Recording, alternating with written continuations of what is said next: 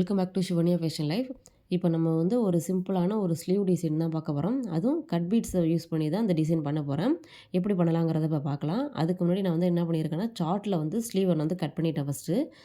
சார்ட்டில் வந்து நமக்கு எந்த அளவுக்கு வேணுமோ அந்த அளவுக்கு கரெக்டாக நான் கட் பண்ணிட்டேன். கட் பண்ணிவிட்டு இந்த ஸ்லீவே வந்து நான் 2ஆக மடித்து வச்சு அந்த மிடில் பாயிண்ட்லேருந்து நான் 2.5 இன்ச்சுக்கு மார்க் பண்ணி 2ஆக மடிச்சிருக்கோம். அதில் 2.5 இன்ச்சுக்கு மார்க் பண்ணியிருக்கேன். மார்க் பண்ணிவிட்டு அதை ட்ரையாங்கிள் ஷேப்புக்கு அப்படியே ஒரு லைன் போட்டு அதை அப்படியே கட் பண்ணி எடுத்துட்டேன். கட் பண்ணி எடுத்ததுக்கப்புறம் இந்த சார்ட் அப்படியே வந்து இதில் வந்து கிளாத்தில் வச்சு அப்படியே லைன் ட்ரா பண்ணியிருக்கேன்.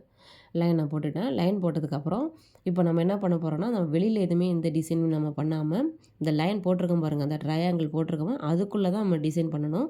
வெளியில் எதுவும் பண்ணிடக்கூடாது.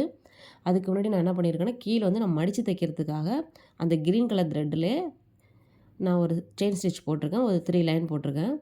அது மடித்து தைக்கணுங்கிறதுக்காக தான் அந்த பீட்ஸ் வந்து வெளியில் நமக்கு லைன் கரெக்டாக வரணுங்கிறதுக்காக அதில் வச்சு தைச்சிட்டேன். தைச்சதுக்கப்புறம் இப்போ நான் கட் பீட்ஸ் எடுத்திருக்கேன். இதுதான் கட் பீட்ஸு. அதுவும் காப்பர் கட் பீட்ஸ் தான் எடுத்திருக்கேன்.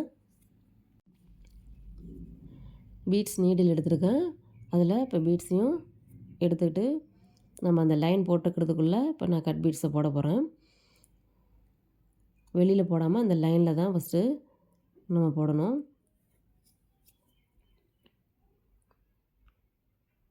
இப்போ நான் கட் பீட்ஸை போட்டுட்டு ஒரு என் நாட் போட்டுக்கிறேன். என் நாட் போட்டுட்டேன்.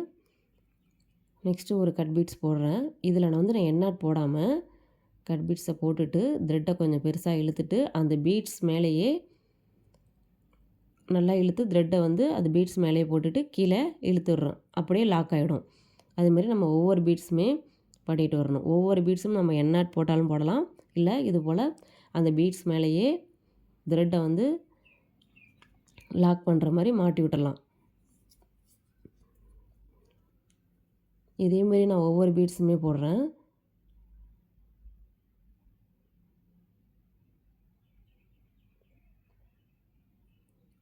நமக்கு இப்படி போட்டுகிட்டே இருக்கும்போது கொஞ்சம் ஸ்லோவாகவே இது போடணும். நம்ம கொஞ்சம் ஃபாஸ்ட்டாக போடணுமேன்னு சொல்லிவிட்டு அதில் மாட்டி விடாமல் சில நேரம் கீழே விழுந்தாலும் விழுந்துடும் பீட்ஸு. அதனால் நம்ம ஒரு கட் பீட்ஸ் போடும்போது அந்த பீட்ஸ் வந்து அது மேலே போடும்போது த்ரெட்டு அதில் லாக் ஆகுதா இல்லையான்னு நம்ம பார்த்துட்டே போட்டுக்கிட்டே இருக்கணும். இதெல்லாம் ஃப்ரேமில் இருக்கும்போது நமக்கு அது தெரியாது. டைட்டாக இந்த மாதிரி ஆகிடும். நம்ம அப்புறம் ஃப்ரேம்லேருந்து கிளாத் எடுக்கும்போது தான் தெரியும் அந்த பீட்ஸ் வந்து லூஸாக இருக்கும், பீட்ஸும் கீழே விழுந்துடும்.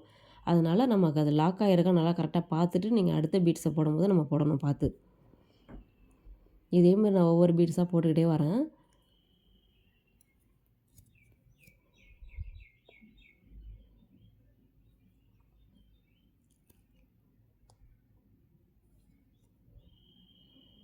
இப்போ தான் நான் ஆரி ஒர்க் கற்றுக்குறேன் அப்படிங்கிறவங்க கூட இந்த டிசைனை ஈஸியாக பண்ணலாம். ஒரு சிம்பிளான ஒரு டிசைன் தான் இது.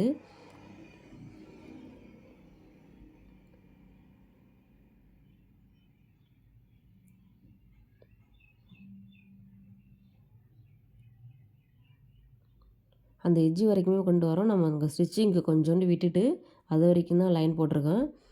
அது வரைக்குமே எட்ஜு வரைக்குமே நம்ம போட்டுகிட்டே போகிறோம்.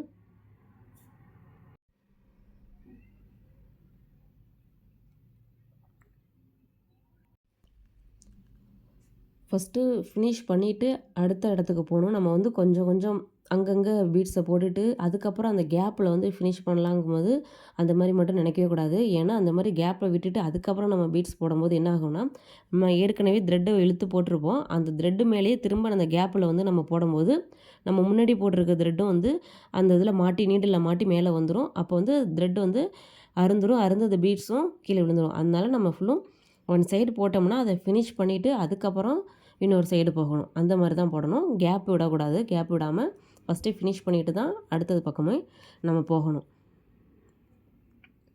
நம்ம ஃபுல்லுமே எட்ஜ் வரைக்கும் போட்டாச்சு. அது பார்க்க எவ்வளோ அழகாக இருக்குது பாருங்கள். 2 ஸ்லீவுமே போட்டு ப்ளவுஸில் அட்டாச் பண்ணி காட்டுறேன். நான் பேக் நெக்கை வந்து அடுத்த வீடியோவில் போடுறேன். ஒரு சிம்பிளான ஒரு டிசைன் தான், பார்க்க எவ்வளோ அழகாக இருக்குது பாருங்கள். உங்களுக்கு இந்த டிசைன் பிடிச்சிருந்தா லைக் பண்ணுங்கள், ஷேர் பண்ணுங்கள், சப்ஸ்கிரைப் பண்ணுங்கள். தேங்க்யூ.